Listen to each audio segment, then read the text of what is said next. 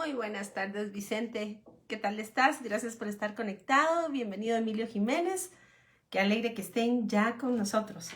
Y pues bien, bienvenidos a todos y cada uno de ustedes que ya están con nosotros y a quienes se van a ir sumando y quienes, por supuesto, nos verán después en diferido. Herbert Solís, bienvenido también. Muchísimas gracias por estar pendientes de nuestros estudios y de nuestras transmisiones.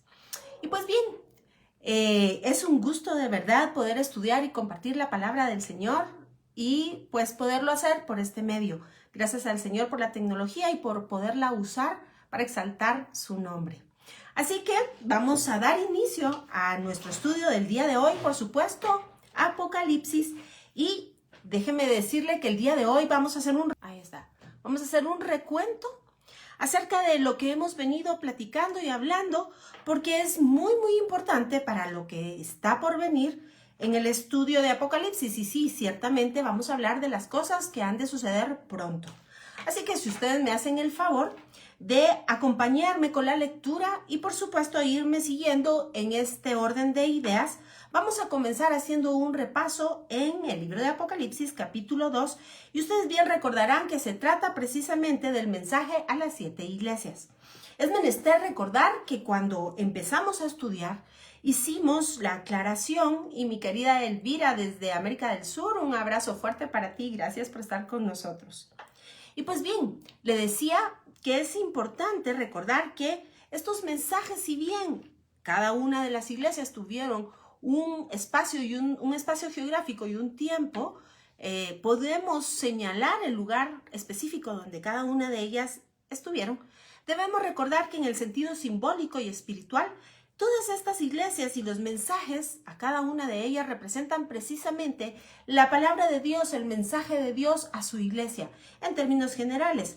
Entendiendo que dentro de toda la iglesia, el cuerpo de Cristo, existen estas diferentes, ¿qué le puedo decir yo? Estas diferentes formas de vivir, estas diferentes formas de asumir precisamente el evangelio. Así que vamos a comenzar, por supuesto, hablando en primer término de lo que representa Jesucristo, el Mesías, Dios mismo hecho hombre, y cómo está descrito en los mensajes, porque recordará usted que nosotros hemos dicho de constante que la Torá, es decir, la enseñanza, la Biblia, habla del estándar de santidad de nuestro Dios. Así que no es casualidad que en cada uno de los mensajes a las iglesias sea precisamente por este principio donde se da inicio a los mensajes, el estándar de santidad de Cristo y luego, por supuesto, el reconocimiento de nuestro Dios acerca de cada una de las buenas cualidades de la iglesia. Y déjeme decirle que dentro de todas estas también estamos nosotros y la iglesia moderna, la iglesia de nuestros tiempos.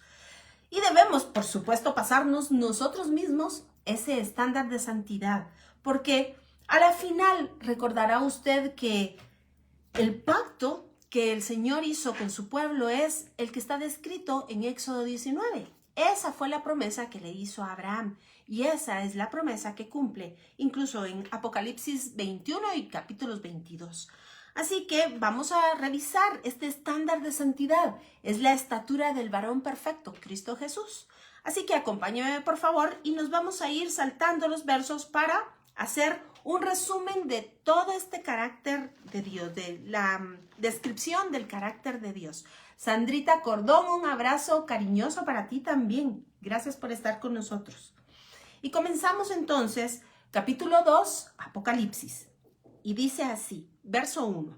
Escribe al ángel de la iglesia en Éfeso. Y recordaremos que la palabra ángelos, que viene como una, no podemos decir con exactitud traducción, sino más bien un acercamiento lingüístico de dos ideas que se fundamentan, por supuesto, en el hebreo. Y es traducido al ángel, que luego, o ángelos, y que luego muda al español como ángel. Debemos hacer esta separación lingüística y, por supuesto, entender el contexto cultural. Nosotros en el español nos figuramos un ser lumínico con alitas y quizá corona, pero en el sentido estricto de todos los términos teológicos, es importante decir algo. Y es que el término de Malaj se refiere a aquel que lleva la palabra de Dios. Pastores Ovalle, mi Claudita de Ovalle, un abrazo, gracias por ponernos ahí el verso, muchísimas gracias por estar con nosotros. Cari Álvarez también, bienvenidas. Y bien, vemos que entonces esta es la salutación con la que se inicia el mensaje a cada una de las iglesias. El malaj, es decir, aquel que lleva la palabra. Y en su sentido técnico, teológico, debemos decir entonces que pudiese aplicarse incluso para los líderes que llevan la palabra. He aquí la importancia de que el líder esté cimentado en la palabra de Dios y no en los me dijeron o me contaron, sino enseñar la palabra de Dios con respeto, con temor, temblor delante del Señor y con muchísima responsabilidad. Porque vamos a ver lo que sucede por este mal manejo de la palabra. E incluso ustedes mismos recordarán que siendo el apóstol Pedro la figura que fue, se refiere a todos los escritos paulinos como cosas difíciles de entender. Y subsiguiente en la idea dice que son todas estas cosas que incluso los indoctos las tuercen para su propia perdición. Esto es verdaderamente tremendo. Así que con ese respeto, con ese temor y temblor delante del Señor, prosigamos en nuestro estudio Apocalipsis. Y repito, escribe al ángel de la iglesia en Éfeso, el que tiene las 7 estrellas en su diestra, el que anda en medio de los 7 candeleros de oro, dice esto. Recordarán ustedes que precisamente las estrellas y los candeleros se refieren a los ángeles y a las iglesias. Es decir, Dios es soberano, Jesús es Dios, Jesús es soberano. Luego, la descripción de Jesucristo en el mensaje a Esmirna dice de la siguiente manera. Verso 8, capítulo 2, Apocalipsis. Y escribe al ángel de la iglesia en Esmirna, el primero y el postrero, el que estuvo muerto y vivió, dice esto. Así que sabemos que Él es soberano y además Él es Dios eterno. A partir de Él fueron creadas todas las cosas y Él las subsiste con la palabra de su poder. Veamos el tercer mensaje que es a Pérgamo y dice, y escribe al ángel de la iglesia en Pérgamo, el que tiene la espada aguda de 2 filos dice esto, es decir, Jesucristo mismo. Y por supuesto, cuando nosotros estudiamos, hablamos acerca de la analogía que se establece de la espada de doble filo y que es descrita en la carta a los hebreos, y por supuesto el poder de la palabra de Dios. Y sabemos que a la final, esta será el arma con la cual Dios mismo hará justicia en contra de sus enemigos y por supuesto dará justa retribución a quienes en Él esperamos. Y continuamos. Vamos entonces por favor al verso 18. Y aquí se nos describe en el mensaje a Tiatira al Señor Jesucristo de la siguiente manera. Y escribe al ángel de la iglesia en Tiatira, el Hijo de Dios, el que tiene ojos como llama de fuego y pies semejantes al bronce bruñido, dice esto. Y hay tanto que decir al respecto en esta descripción. Y es que hemos entendido que la expresión Hijo de Dios es una expresión técnica propiamente de la teología hebrea. Hijo de Dios. No quiere decir un secundario, no quiere decir uno que desciende o del linaje de, por supuesto que no, tampoco quiere decir uno creado, sino la expresión Hijo de Dios se refiere a la corporalidad del mismo Dios. Es así como también pudiésemos hablar, y si usted no siguió, aquí atrás todavía está la explicación de ayer, de la carta a los hebreos, el corbán de Dios, es decir, el cuerpo del sacrificio. Esto es a lo que se refiere el tecnicismo teológico hebreo como Hijo de Dios. El corbán del sacrificio, el Adán Kadmón, es decir, el primer Adán, el Adán sin pecado, el cuerpo santísimo de nuestro Señor. Así que dice, el Hijo de Dios, el que tiene ojos como llama de fuego. Y esto es verdaderamente impresionante, porque recordemos que también dentro de la teología hebrea, la expresión de ojos quiere decir aquello que se nos ha dado a conocer, lo que es manifiesto. Así que el hecho de que diga acá que los ojos del Señor Jesucristo son como llamas de fuego, nos está hablando y está haciendo referencia al juicio que es revelado para la iglesia. Por supuesto, el mensaje es hacia la iglesia. Y vea usted qué cosa tan impresionante. ¿Habrá escuchado usted alguna vez cuando dicen que el Dios del Antiguo Testamento era muy distinto al Dios del Nuevo Testamento? Que el Dios del Antiguo Testamento era un Dios iracundo, un Dios sanguinario, un Dios, bueno, con una descripción terrible, pero que ahora en el Nuevo Testamento hay un pacto y es el pacto de la gracia. Y entonces se disasoció la idea del Antiguo Testamento con la del Nuevo. Pues déjeme decirle que Dios es uno y no cambia. Él es el mismo ayer, hoy y por los siglos. Y su palabra permanece y es eterna. Jesucristo mismo lo dijo, cielos y tierra pasarán, mas mi palabra no pasará. Todo lo que está escrito en mi palabra se cumplirá. Pasarán los cielos y la tierra, mas no dejará sin cumplirse una yod ni una kots. Y esto es un palito que tiene la letra yod, que es la más pequeña del alfabeto hebreo. Esto tiene una razón de ser, porque el mismo Dios que habló en el Antiguo Testamento es el mismo Dios que se reveló en el Nuevo.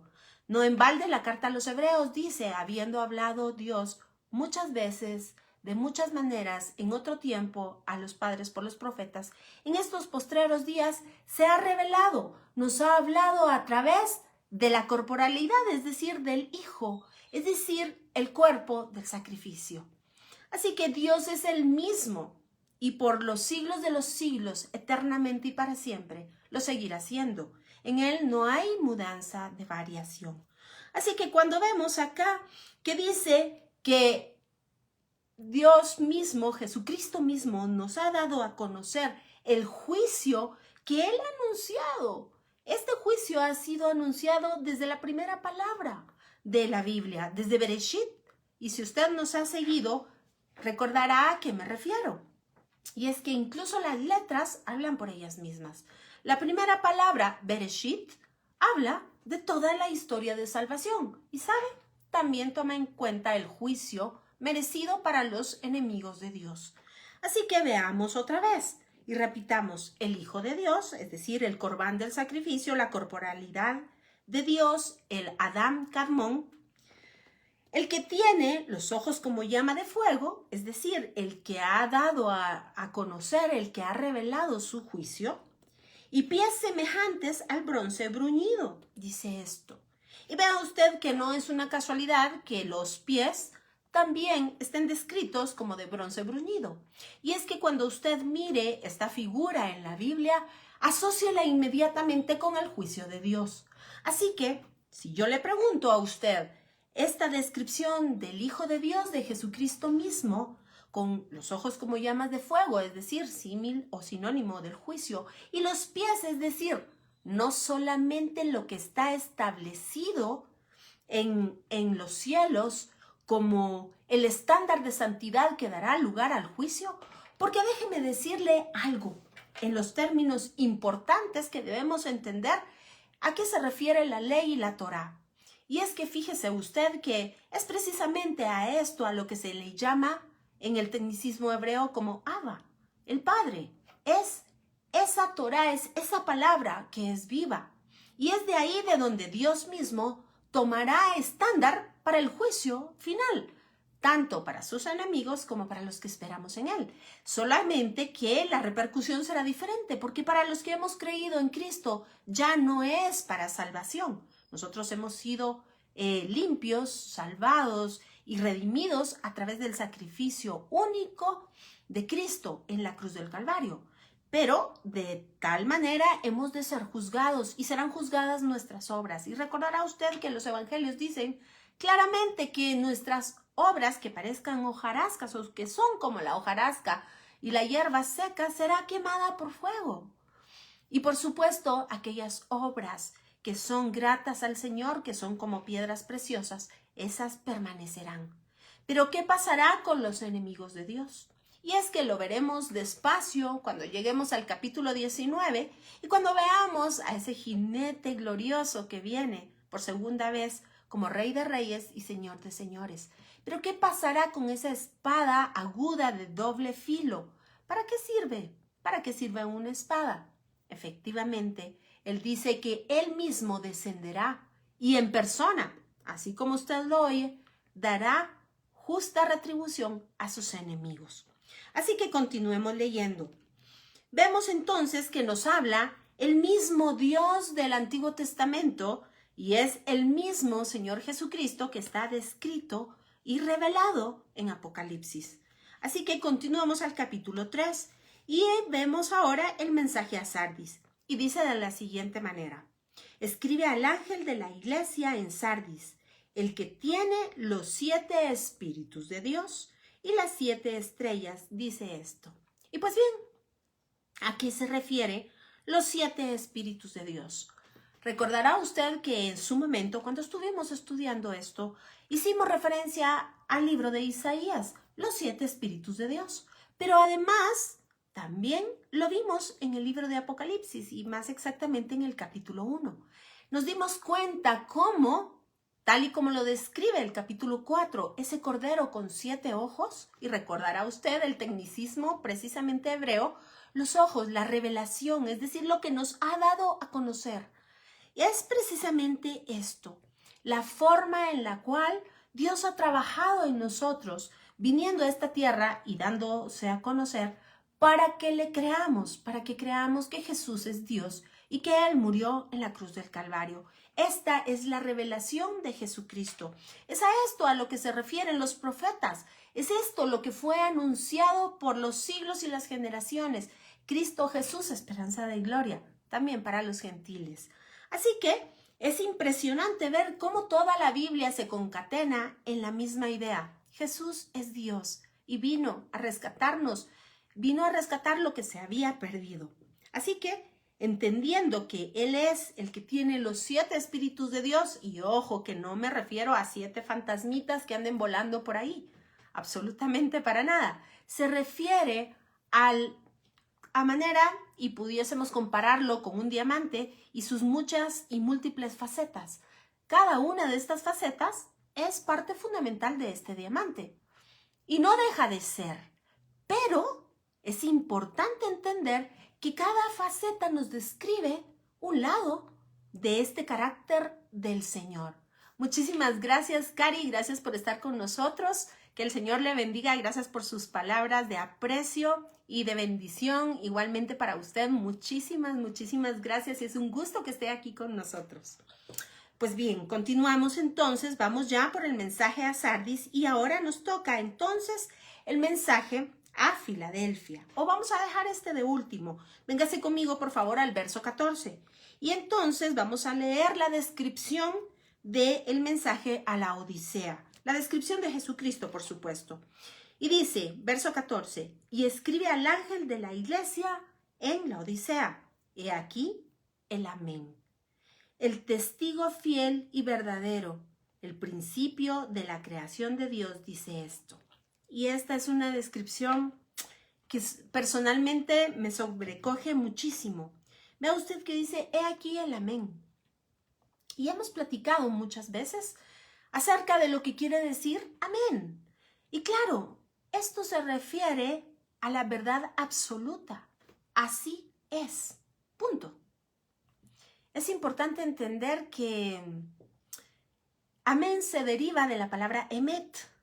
Y fíjese usted que dentro del calendario hebreo, vamos a hablar luego de esto, pero dentro del abecedario hebreo es importante entender que la primera letra es la Aleph y la última es la Tav. Y por eso la Biblia habla de yo soy el alfa y la omega en el griego. Pero en el hebreo, entendiendo que debemos nosotros de calzarnos de este tecnicismo teológico hebreo para dar el sentido correcto, y usted verá a qué me refiero, debiésemos decir, En vez de el alfa y la omega, yo soy la alef y la tav. Pero resulta ser que la letra, que si nosotros extendiésemos el alefato o el abecedario hebreo, de la alef a la tav, la letra que queda en medio es una mem, similar a nuestra M en español. Así, debiésemos tomar las letras y si tomamos la primera, la última, es decir, la alef, la tav y la letra de en medio, nosotros debiésemos de leer precisamente la palabra emet, porque Jesucristo es el alfa y la omega, la alef, la tav, y a partir de él todo cuanto existe, todo fue creado a partir de él. Pero, ¿sabe? A partir de su palabra, porque las palabras están formadas de letras.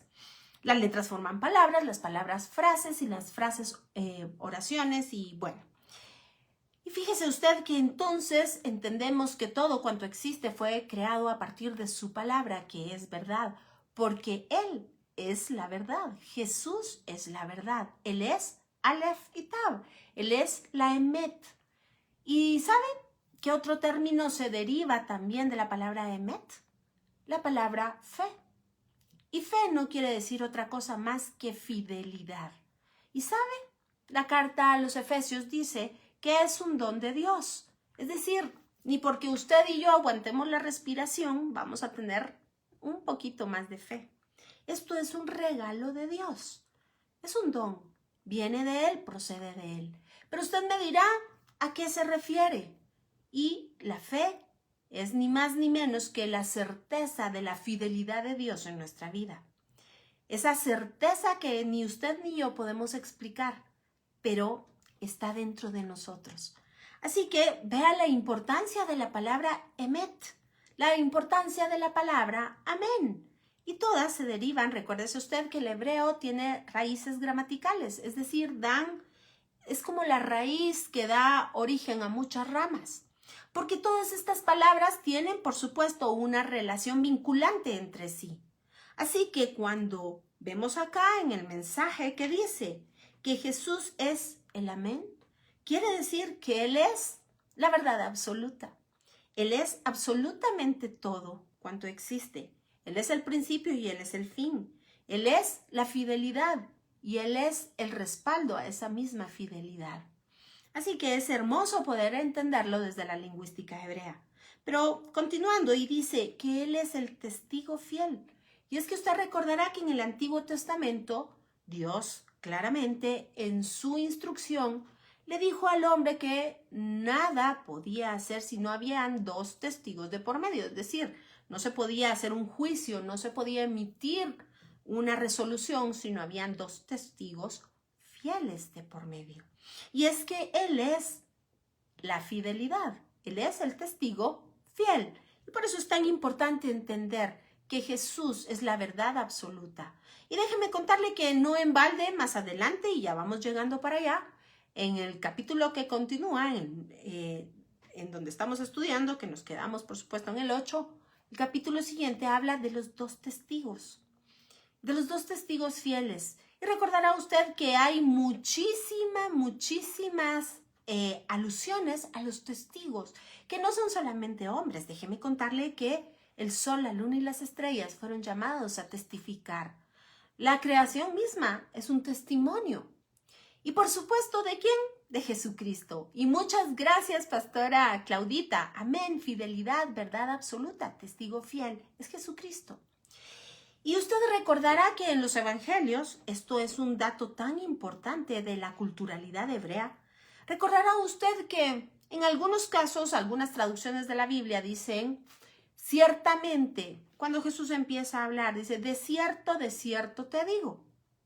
En el pensamiento hebreo, no diríamos de esta manera, no diríamos de cierto, aunque tiene alguna razón de ser esta traducción.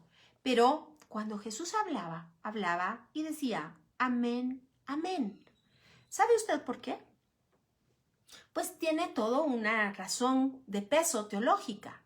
Y es que resulta ser que cuando los eruditos de la enseñanza empezaban su discurso con la palabra amén, quería decir, de cierto, esta verdad llega hasta Moisés. Es decir, lo que voy a explicarles tiene su fundamento en la enseñanza de Moisés, lo que nosotros conocemos como, en la traducción al español, como la ley de Moisés. Cosa que hemos entendido no es tan adecuada. Pero, para que nos entendamos, el primer amén quería decir que el fundamento estaba precisamente en la enseñanza que Dios había dado a través de Moisés. Pero Jesús no solamente dijo amén, sino Jesús comenzaba su discurso amén, amén. Y esto quiere decir, mi enseñanza no solamente llega hasta Moisés, sino esta enseñanza sale del corazón del Padre. Y es a esto a lo que nos referíamos la clase de ayer, cuando hablamos precisamente del Abba, que permanece en su trono. A eso se refería Jesús. Así que ahora usted sabe, cada vez que escuche en el Evangelio, de cierto te digo, recuerde que dice amén, amén, porque Jesús es Dios. Así que pasemos ahora entonces al mensaje de Filadelfia. Y aquí sí me voy a permitir leerle todo lo que dice acerca de esta iglesia, porque recordaremos que es la iglesia que no tiene ningún señalamiento. ¿Sabe por qué? Porque esta es la iglesia que alcanzó la estatura del varón perfecto. Y vamos a hablar más adelante acerca de algunos términos que incluso el hecho de que estén descritos en diferente tiempo gramatical nos habla de la situación profética cumplida y para cumplirse. Pastor Oscar Hernández desde Estados Unidos, bendiciones para usted. Qué bueno que esté por aquí. Y bien, entonces, por favor, sígame con la lectura. Estoy en el libro de Apocalipsis, capítulo 3, verso 7. Y dice así, escribe al ángel de la iglesia en Filadelfia. Esto dice el santo, el verdadero, el que tiene la llave de David, el que abre y ninguno cierra y cierra y ninguno abre. Yo conozco tus obras. He aquí, he puesto delante de ti una puerta abierta, la cual nadie puede cerrar. Porque aunque tienes poca fuerza, has guardado mi palabra. Y es que no es casualidad que la descripción de Jesucristo tenga toda una relación absoluta con la palabra de Dios. Yo no sé si usted lo alcanzó a ver, pero en todos los términos habla acerca de la iglesia y la relación con la palabra. Así que vea que la iglesia, que es la única que no ha sido señalada en términos negativos, sino más bien exhortada, es exhortada porque dice, has guardado mi palabra y no has negado mi nombre. Y es que todo el libro de Apocalipsis habla precisamente de esto, su nombre y su palabra. Entendiendo, claro, que el nombre en el tecnicismo hebreo, claro está, es la fama, es decir, por lo que una persona o cosa es conocida. Y esto es muy, muy importante. Muchísimas gracias, Pastora Claudita de Ovalle, por ese apoyo precioso y escribirnos los textos. Que el Señor te bendiga. Muchas gracias, mi amiga hermosa. Y bien, vea usted que cuando se refiere entonces a esta iglesia, habla del cumplimiento de la palabra. Y es que efectivamente recordará usted que cuando hemos hablado acerca de Éxodo 19 y la entrega de la Torá o de las instrucciones, estas instrucciones son el dabar de Dios, es decir, la promesa de Dios para llevarnos a la estatura del varón perfecto. Así que aquella iglesia que se esfuerza por cumplir su palabra, lo dice Jesús en los evangelios, el que me ama, cumple mis palabras. Y dice, y no has negado mi nombre.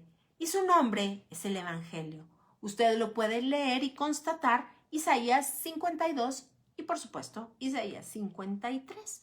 Y usted verá que dice ahí, hermosos son los pies de los que hablan el evangelio de la paz, es decir, la Yeshua, el evangelio acerca de Cristo. He aquí, yo entrego de la sinagoga de Satanás a los que se dicen ser judíos y no lo son, sino que mienten. Y recordemos que esto se trata más bien de aquellos que se hacen pasar por creyentes. claro está que la Biblia nos lo ha señalado. Estaban con ustedes, a la par de ustedes, dentro de sus cultos, dentro de sus servicios, pero no pertenecían a ustedes. Y el ejemplo claro de esto es Judas. Judas estuvo viviendo con el Señor, conviviendo con el Señor, caminó con Él, platicó con Él, comió con Él. ¿Y sabe? Con un beso lo entregó. Así que luego dice, he aquí, yo haré que vengan y se postren a tus pies y reconozcan que yo te he amado. Por cuanto has guardado la palabra, vea usted 2 veces la misma idea en apenas 2 versos, y vea usted el énfasis que la Escritura hace precisamente a guardar la palabra. Y repito, verso 10. Por cuanto has guardado la palabra de mi paciencia, yo también te guardaré de la hora de la prueba que ha de venir sobre el mundo entero, para probar a los que moran sobre la tierra. Así que, ¿usted quiere ser guardado? Aquí está la clave. ¿Quiere que lo leamos nuevamente? Véngase al verso 10. Por cuanto has guardado la palabra de mi paciencia, yo también te guardaré de la hora de la prueba que ha de venir sobre el mundo entero. Así que esto es importante entenderlo para estos tiempos. Claro que estamos viviendo tiempos diferentes, por supuesto que sí. Que estamos viviendo tiempos que quizá ninguno de nosotros pensamos vivir, por supuesto que sí. Que si estamos viendo cosas verdaderamente terribles, es cierto. Pero ¿sabe qué? Nuestro corazón debe permanecer firme y guardar la palabra. ¿Es importante estudiar? Por supuesto que sí, lo está usted viendo. Es un mandato estudiar la palabra. Es un mandato guardar la palabra. Es un mandato hablar de la palabra. No es solamente una sugerencia. Dios nos manda a guardar su palabra. ¿Y cómo debemos de guardarla si no la conocemos? Así que es tan importante que se lo vuelvo a leer. Por cuanto has guardado la palabra de mi paciencia, yo también te guardaré de la hora de la prueba que ha de venir sobre el mundo entero para probar a los que moran sobre la tierra. ¿Más claro? No canta un gallo. Más claro, ni el agua. Así que la prueba vendrá para probar a los que moran sobre la tierra. Coronavirus, o llámelo usted como quiera.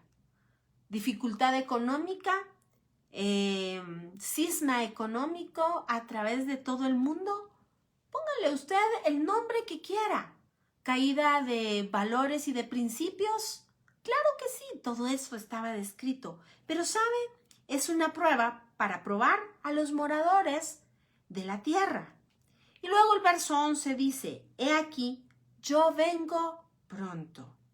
Retén lo que tienes para que ninguno tome tu corona. Y es importante detenernos en esto. Vengo pronto. Y es que más adelante, espero llegar el día de hoy hasta allá, porque ya llevamos 30 minutos, pero vamos a hablar de lo que ya lo habíamos hecho, de lo que representa la palabra pronto en las Escrituras. Y es que no es en un sentido de tiempo, sino en un sentido de veracidad. Pronto quiere decir estas cosas sucederán inminentemente. Así será. ¿Cuándo?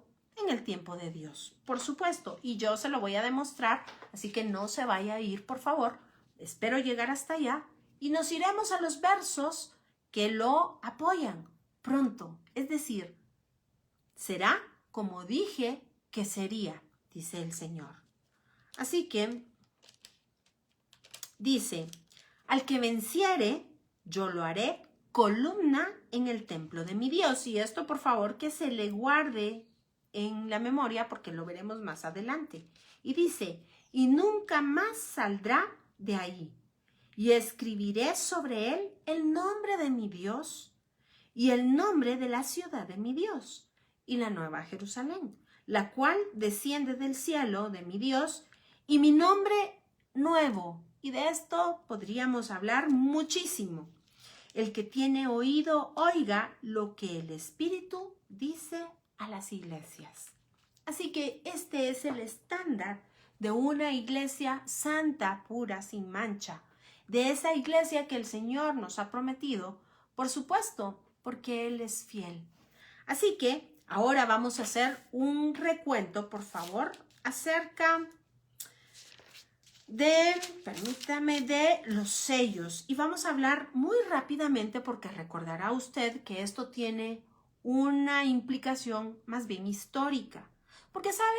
La Biblia en ninguno de los casos se sale de su contexto, sino siempre pone fundamentos lógicos para que nosotros podamos ir entendiendo y construyendo, tal como lo dice Isaías, verso sobre verso, palabra sobre palabra, línea sobre línea, para poder edificar ahí una estructura sana de conocimiento. Así que muy brevemente vamos al capítulo 6 y veamos los sellos. Y en el verso 2 está la primera descripción y vemos que es un caballo blanco. Y dice que el que lo montaba tenía un arco y le fue dada una corona y salió venciendo y para vencer. El verso 3 habla del segundo sello y esta descripción es otro caballo, pero en este caso es el Bermejo. Y el que lo montaba le fue dado el poder de quitar de la tierra la paz y que se matasen los unos a otros y se le dio una gran espada. Luego el verso 5 habla del tercer sello, que es otro caballo, pero en este caso es negro. Y el que lo montaba tenía una balanza en la mano. Y vemos cómo nos habla acerca de los alimentos. Y dice 2 libras de trigo por 1 denario y 6 libras de cebada por 1 denario. Pero no dañes, vea usted, el aceite ni el vino. Verso 7, el cuarto sello. Y vemos que he aquí el último caballo, era el amarillo. Y el que lo montaba tenía por nombre Muerte y el Hades lo seguía. Y recordará usted a qué nos referíamos en ese preciso momento cuando hablamos de la muerte y del Hades. Hablamos del Seol y cuál es el significado en griego de Hades, cuáles son los, de acuerdo a la cultura griega, los 3 estadios del Hades y qué es el Seol de acuerdo a la cultura hebrea y qué es la muerte primera y la muerte segunda. Así que luego nos pasamos al verso 9 y hablamos del quinto sello. Y vea usted que aquí se hace referencia al altar y a las almas de los que habían sido muertos por causa de la palabra. Así que vemos que en todos los casos toda la descripción de Apocalipsis gira en torno, por supuesto, a la redención en Jesucristo, pero la palabra del Señor es la causa también de todo lo que aquí está descrito. Y dice, vea usted que es por causa de la palabra de Dios y por el testimonio que tenían. Y este testimonio es el de Jesucristo. Déjeme decirle que cuando se refiere en estos términos y hay estos 2 conceptos, la palabra y el testimonio, se refiere a la ley y a la profecía. De tal manera que pudiésemos nosotros hacer referencia a la transfiguración de Cristo cuando se hace referencia que es precisamente que ve a Moisés y a Elías. Déjeme decirle que no es que hayan resucitado, sino que son figuras precisamente de la ley y la profecía. ¿Por qué razón? ¿Por qué razón? Incluso, usted recordará cuando estudiamos Apocalipsis 1 y hablamos del anciano de días y hablamos del trono de la Merkabá, es decir, la carroza de fuego. Y hablamos de los cabellos blancos del anciano de días y cada uno de estos se refiere precisamente a la profecía y a la enseñanza de la Torá. Así que vemos que absolutamente toda la palabra es lo mismo, solo que está retratada en diferentes símbolos. Así que cuando vemos aquí la enseñanza de la Torá y la profecía, porque ambas de distinta manera hablan de Jesucristo. Esta es precisamente la revelación del Hijo de Dios, Jesucristo mismo. Así que continuamos y dice, verso 10, y clamaban a gran voz diciendo, ¿hasta cuándo, Señor Santo, verdadero, no juzgas y vengas nuestra sangre en los que moran en la tierra? Y se les dieron vestiduras blancas, ya usted recordará a qué se refiere eso, y se les dijo que descansasen, pero vea usted hasta cuándo. todavía un poco de tiempo hasta que se completara el número de los consiervos y sus hermanos que también habían de ser muertos como ellos, es decir, a causa de la palabra y del testimonio. Por supuesto, de Jesucristo. Y es que no en balde está escrito que se nos ha dado el privilegio de vivir, incluso de morir y de sufrir por Cristo. Pero hoy día, usted no me dejará mentir, se predican casas, sueldos, puntos, pero no se predica el evangelio del arrepentimiento. No se predica al único Dios, sino se predican las añadiduras. Y hoy es más popular, por supuesto, aquellas falsas profecías de establecer y no sé qué cosas más, cuando quizá ni siquiera vienen del corazón de Dios. Y vea usted que eso, la tan famosa teología de la prosperidad y muchas otras, han traído a muchas personas incluso a apostatar en contra de Dios mismo, porque se les ofrecen cosas que Dios no ha dicho. Haga usted memoria de toda la Biblia y recuerde, pasee por favor por el capítulo 11 de Hebreos y dése cuenta cómo aquellos hombres de fe murieron. Recordará usted que en la mayoría de los casos murieron perseguidos, murieron en situaciones difíciles. Juan mismo, que escribió Apocalipsis, estuvo prisionero en una cueva muy probablemente, viviendo incluso con sus propios excrementos, en una situación precaria. Isaías cuenta la tradición que fue aserrado. Jeremías fue perseguido, fue puesto en el foso. Daniel fue puesto en el foso. Pedro murió con la cabeza hacia abajo. Esteban fue apedreado. Y en fin, yo podría seguir haciéndole la lista. José fue metido en la cárcel, en el pozo, fue perseguido, bueno. Así que los grandes ministerios de los hombres de Dios descritos en la Biblia, casi en términos generales, es decirle que fueron perseguidos por el testimonio y por la palabra de Dios. Hoy día vemos que se hacen colas y se llenan estadios, por supuesto, se hizo un paréntesis con el coronavirus, por aquellos que ofrecían milagros, que ofrecían casas, que ofrecían sueldos, que ofrecían cuánta cosa.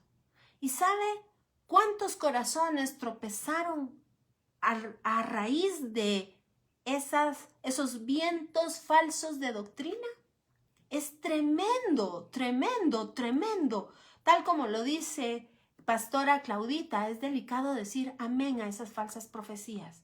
Por eso debemos saber lo que dice la palabra de Dios y tomarnos a ella, verdaderamente, como dice Hebreos, como ancla más segura que traspasa el velo. Es lo único verdadero. El que es el amén dice esto, dice la palabra. Así que continuamos entonces con el séptimo sello. Y verá usted que hay entre el sexto sello y el séptimo un estadio de los 144,000 sellados. Y es que efectivamente podemos hacer una correlación con las iglesias y que justamente hay una iglesia a la cual no se le llamó la atención y no hay juicio sobre ella. Pero bien, estos sellos entonces dan paso a las trompetas. Y véngase entonces, por favor, al capítulo 8 y vea usted el séptimo sello. Y dice, cuando abrió el séptimo sello, se hizo silencio en el cielo como por media hora. Y entonces se explica todo lo que sucede en el cielo a raíz de este séptimo sello. Pero inmediatamente da paso a las trompetas. Y es importante recordar que cuando hablamos de trompetas, hablamos precisamente de la voz de Dios. Recordará usted que tomamos fundamento para decir esto precisamente en la entrega de la Torá, Éxodo 19. Y entonces empezamos a ver que los mensajes que están descritos en cada una de estas trompetas son mensajes o la palabra de Dios como una advertencia, ¿recuerda usted? Para probar a los moradores de la tierra, para advertirles acerca del arrepentimiento. Así que, si Dios mismo puso en boca de sus siervos estas palabras de arrepentimiento, cuando se ha dicho en la Biblia que los profetas tengan que predecir el futuro. ¿Sabe usted que eso es abominación al Señor? Vea usted cómo la iglesia perece por falta de conocimiento. Vea usted cómo la iglesia se ha gentilizado, no es la palabra correcta, se ha pervertido con todas estas falsas enseñanzas de nueva era. ¿Sabe usted que establecer, declarar, decir son estadios de la nueva era? Así que debemos de tener muchísimo cuidado. Por supuesto, y quiero que quede claro y que por favor usted lo entienda, Dios manda a sus hombres con espíritu de sabiduría, de inteligencia, de conocimiento en él. Pero no podemos a todas claras y por cualquier cosa estar estableciendo y diciendo y marcando y no sé qué cosas más porque ni me las sé. Lo que quizá ni siquiera está escrito y no ha salido del corazón de Dios. Poner palabras en la boca de Dios es verdaderamente delicado. Así que lo que vemos acá en estos mensajes de las 7 trompetas es lo que dice el Espíritu. Por eso regresamos al capítulo 3, al 2 y al 3, lo que el Espíritu dice a la iglesia. No lo que Claudia dice, no lo que fulano o sutano dice, sino lo que el Espíritu dice a la iglesia. ¿Y sabe cuál es el tamiz de lo que el Espíritu dice en la iglesia? Esto, la palabra de verdad. Así que vamos entonces. En el primer caso, la primera trompeta, vemos que, a ver, déjeme, yo lo tengo acá resumido. Y dice, en la primera trompeta, verso 7, habla del granizo y el fuego mezclado con sangre. Y vea usted que muere la tercera parte de los árboles y de la hierba verde. Ya de todo esto hemos hablado, así que no me voy a detener. Si usted no ha tenido la oportunidad y le gustaría saber de qué se tratan todos estos simbolismos, por favor retroceda en nuestro muro y busque cada una de estas enseñanzas que están debidamente etiquetadas. Luego, la segunda trompeta está descrita en el verso 8 y habla acerca de una gran montaña ardiendo en fuego que fue precipitada en el mar y murieron la tercera parte del mar y el mar se convirtió en sangre y murió la tercera parte de los seres vivientes en el mar y la tercera parte de las naves fue destruida. Y recuerde usted que efectivamente cuando hablamos de las naves en el mar estamos hablando de comercio. Y esto está hablando del comercio que algunos han hecho con la palabra de Dios. Luego pasamos a la tercera trompeta descrita en el verso 10 y dice que cayó del cielo una estrella llamada ajenjo que estaba ardiendo y cayó sobre la tercera parte de los ríos y fuentes de agua. Y la tercera parte de las aguas se convirtió en ajenjo y a causa de este ajenjo, de este amargor, muchos hombres murieron. Luego la cuarta trompeta habla de herir a la tercera parte del sol y de las estrellas para que se oscurecieran y su tercera parte se oscurecerá. Se oscureciera la tercera parte del día y de la noche. Y claro, usted sabe que cuando hablamos del oscurecimiento del sol, estamos hablando que Dios brevemente ocultará su rostro a causa del pecado de su pueblo. A partir de esto vienen los 3 ay, a causa de los moradores de la tierra. Inmediatamente prosigue la quinta trompeta y se describe a una estrella que cayó y se le dio la llave del pozo del abismo y de él subió humo y se oscureció el sol. Recuerda que cuando hablamos de estrellas estamos hablando de los malaj, es decir, de los ángeles, de los enviados. Del humo salieron langostas, y de esto hemos hablado bastante en las semanas anteriores, y se les dio el poder como escorpiones. Entendimos claramente en diversos textos bíblicos que esto se refiere al poder de la palabra. Vea que estos como escorpiones dañan a los hombres y que no tuviesen el sello en sus frentes, y los atormentan, pero no alcanzan la muerte.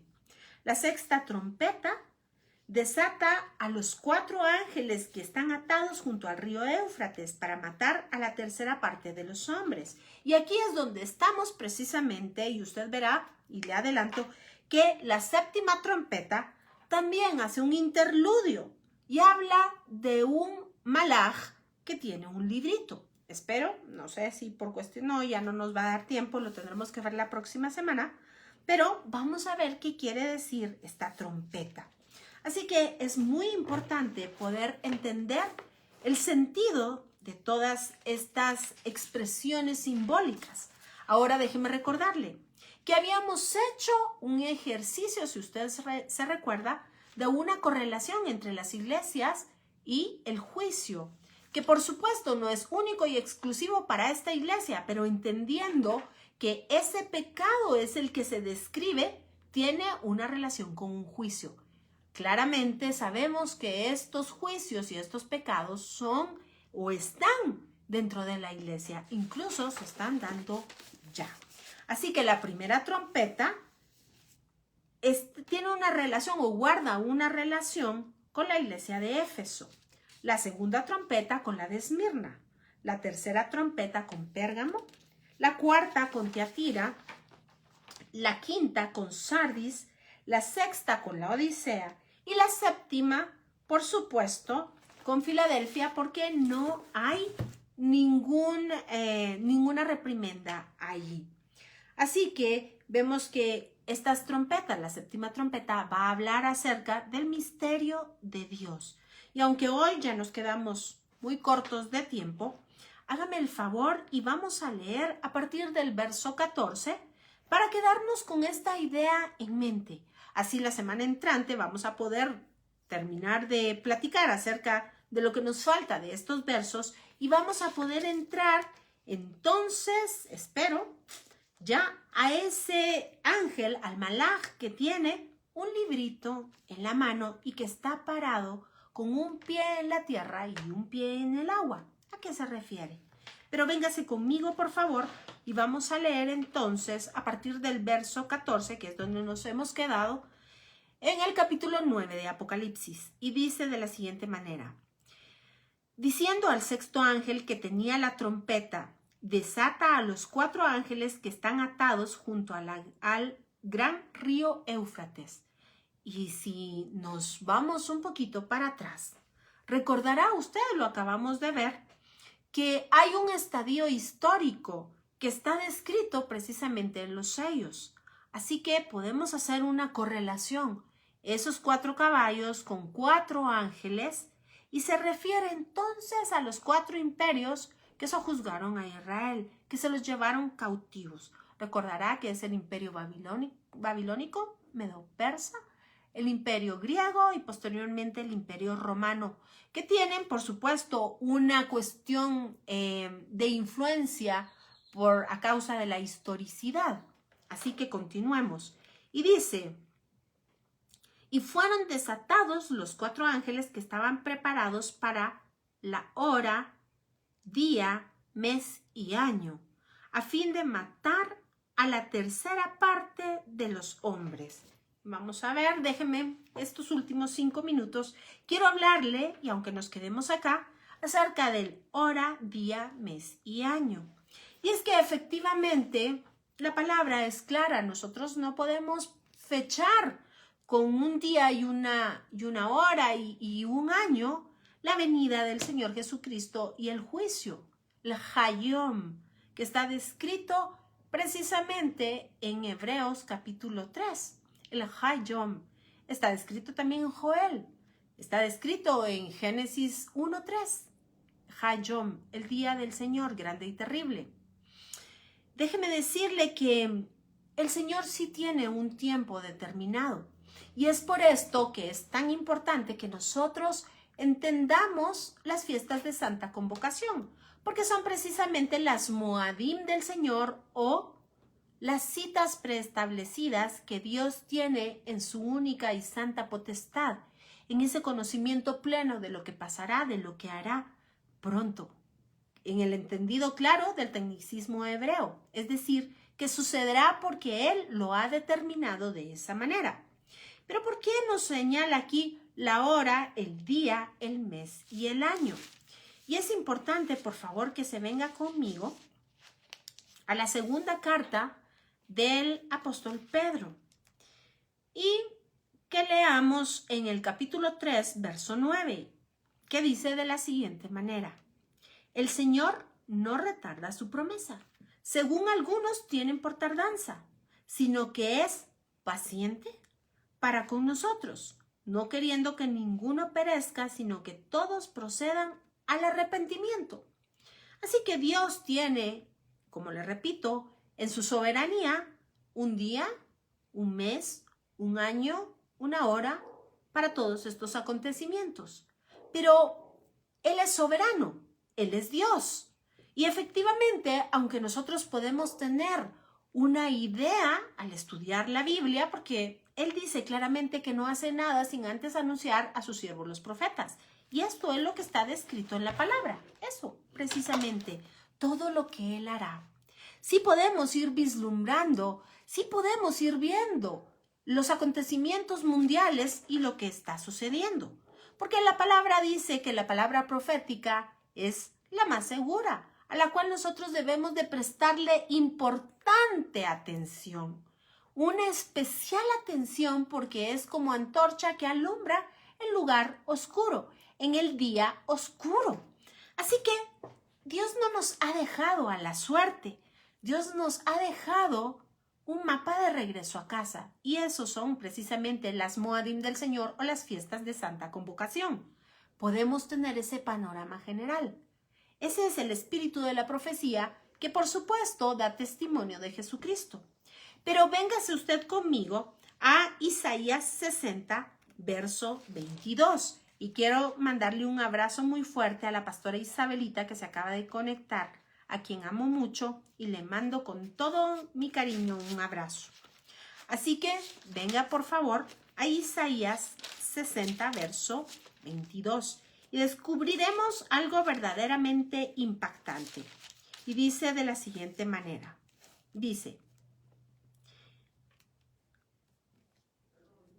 el pequeño vendrá a ser 1000 y el menor un pueblo fuerte. Yo, Jehová, a su tiempo, haré que esto sea cumplido pronto. Y usted me diría, ¿cómo podemos entender que, vea usted y óigalo en español, yo, Jehová, a su tiempo, haré que esto sea cumplido pronto? Dígame si en el español no nos perdemos. ¿Cómo Dios mismo nos está diciendo que a su tiempo hará que sea cumplido pronto? Pues bien, la explicación, por supuesto, que en el simple español no la tenemos. Pero si hacemos ese viaje técnico de la teología hebrea, encontraremos, por supuesto, en la lingüística la explicación. Y claro, como yo le decía, pronto no tiene un sentido de urgencia, un sentido de temporalidad, sino dice, efectivamente, con firmeza, haré lo que dije que voy a hacer. Es decir, es amén. Mi palabra es amén, es firme, es eterna, se cumplirá toda. Ni una kots, ni una yod faltará, es decir, ni la letra más pequeña, ni la colita de esa letra. Le voy a dibujar en el pizarrón lo que... aquí está una yod. Mire usted. Por supuesto, mi yod no es como la yod de los escribas hebreos, pero necesito que usted tenga, por favor, un poquito de imaginación y usted puede abrir su texto hebreo, así, acá. Usted verá y encontrará la destreza con la cual los escribas escriben. Déjeme decirle que cada uno de los trazos de estas letras tienen verdaderamente un significado hermoso, pero además cada uno de los escribas pasan años haciendo ejercicios para que estas letras sean efectivamente así como deben de ser. Y vamos a ver, vamos a ver si, creo que es muy pequeño, pero bueno, veamos acá en el Tanaj. Esta letra pequeña es una yod, esta. Y esta colita que tiene acá, que pues aquí es una letra ya más moderna, pero hecho por los escribas, todavía tienen una colita más chiquitita que lo que usted ve ahí, que es puramente adorno. Es a eso a lo que Jesús se refería, a esa yod, esa letra pequeñita, la más pequeña del alfabeto, y a esa colita, que es solamente de adorno. Esa es una kotz. Así que en el Evangelio, cuando Jesús dice que cielos y tierra pasarán, pero ni una yod ni una kotz dejarán de cumplirse, se refiere a eso. Así que en el término de Isaías, que yo le acabo de leer, cuando dice que las cosas se cumplirán pronto, se refiere a eso, a la certeza de su palabra. Pero dice que cada cosa será de acuerdo a su tiempo. Y es que muchas fueron las discusiones de los sabios de Israel al explicar esta frase. Pero la que encontramos más acertada, pasándolo a través del tamiz del Evangelio, e incluso la sabiduría hebrea la ha aceptado, dice que si cuando el Señor decida venir a esta tierra, el pueblo de Israel, vea usted, el pueblo de Israel ha sido santificado, entonces Él vendrá como Rey de Reyes y Señor de Señores. Pero si el pueblo de Israel necesita santificación, entonces Él vendrá como siervo. Así que a eso se refiere, vea usted. Y además explica que si viene como siervo, será una cuestión más tardada. Pero cuando venga como Rey de Reyes y Señor de Señores, vendrá rápidamente. Así que Dios ajustará su voluntad gracias a anteponer sus muchas misericordias. Y cuando se refiere a las muchas misericordias, por supuesto se refiere a todo lo concerniente al sacrificio de Cristo Jesús en el Calvario.